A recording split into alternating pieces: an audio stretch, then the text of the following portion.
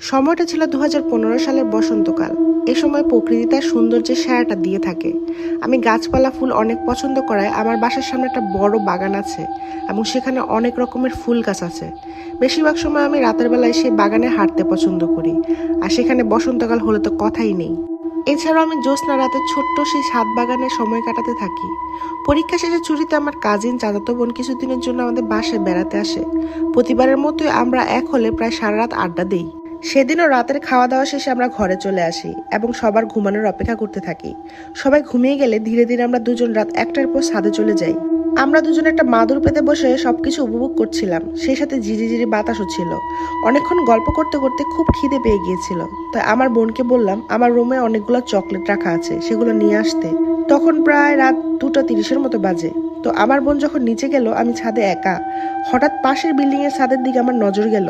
দেখলাম একটা মেয়ে সেখানে দাঁড়িয়ে আছে। ভাবলাম এত সুন্দর আবহাওয়ার কারণে সেও হয়তো ছাদে এসেছে, তাই বিষয়টাকে তেমন গুরুত্ব দিলাম না। এদিকে বেশ অনেকক্ষণ হয়ে গেছে কিন্তু আমার বোন আসছে না, তাই ভাবলাম নিচে গিয়ে একবার দেখে আসি। তো নামার সময় আবার ওই পাশের বিল্ডিং এ চোখ যায় এবং বিষয়টা আমার কাছে খুব খটকা লাগে। দেখলাম মেয়েটা এখনো আগের অবস্থানে স্থিরভাবে আমার দিক হয়ে দাঁড়িয়ে আছে মূর্তির মতো। হুট করে সে একাকে আমার দিকে হাত ইশারা করে কিছু একটা দেখাতে লাগলো। তখন আমার একটু একটু ভয় করতে লাগলো, তাই দ্রুত নিচে নেমে গেলাম।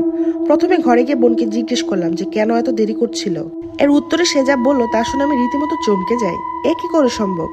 আমার বোন বলল যে আমি নাকি অনেকক্ষণ আগেই নিচে এসে ওকে ছাদে যেতে নিষেধ করে গেছি, কিন্তু এতক্ষণ তো আমি ছাদেই ছিলাম। তাহলে নিচে কে এসেছিল? ভয় পাবে বলে বিষয়টা আমি ওকে আর বুঝতে দিইনি। পরদিন ঠিক একই সময় আমি আবারও ছাদে চলে যাই নিশ্চিত হওয়ার জন্য যে গতকাল যা ঘটেছে সেগুলো সত্যিই নাকি আমার মনের ভুল। তবে এবার একাই যাই, আর এটাই ছিল আমার সবচেয়ে বড় ভুল। তো অনেকক্ষণ এটা সেটা করে সময় পার করলাম। রাত 3টা।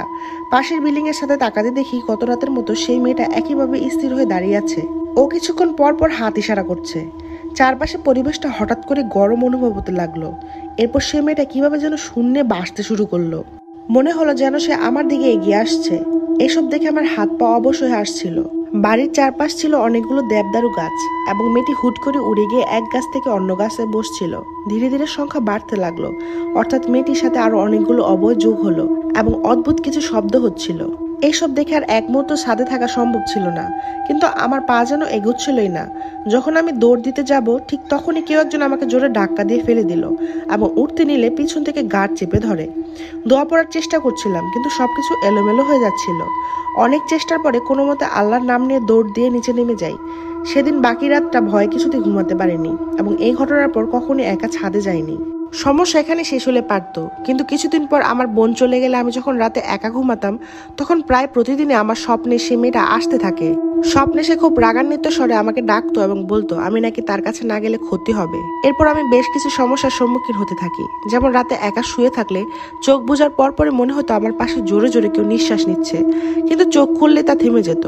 ঘুমোতে নিলে মনে হতো খাট দুলছে এবং মাঝরাতে মৃদুস্বরে আমার নাম ধরে ডাকার আওয়াজ শুনতে পেতাম।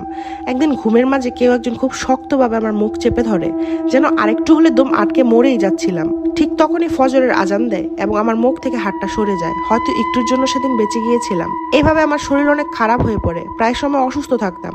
কোনো উপায় না পেয়ে একজন পরিচিত হুজুরকে ডাকা হয় এবং সবকিছু শুনে তিনি বলেন যে বিষয়টি আরো আগে জানানো উচিত ছিল। তিনি আরো জানান যে আমার উপর কিছু খারাপ জিনের নজর পড়েছে এবং তার মধ্যে একজন আমার উপর খুবই ক্ষিপ্ত। ও নাকি আমাকে মেরে ফেলতে চায়, আর কিছুদিন দেরি করলে আমার বড় কোনো ক্ষতি হয়ে যেত, কারণ আমার অসময়ের উপস্থিতি তাদের বিরক্ত করেছিল। বহুদিন থেকে নাকি আমার উপর এদের নজর ছিল। এরপর তিনি আমাকে কিছু পানি পড়া দেয় এবং তেল দিয়ে যান। আমাদের বাসাটা বন্ধ করে দেন, সাথে কিছু আমলের কথাও বলেন, যেটা আমি প্রতিদিন নিয়ম করে মানতে থাকি। যাওয়ার আগে তিনি এটাও বলে যান আমি যেন রাতে একা না ঘুমাই।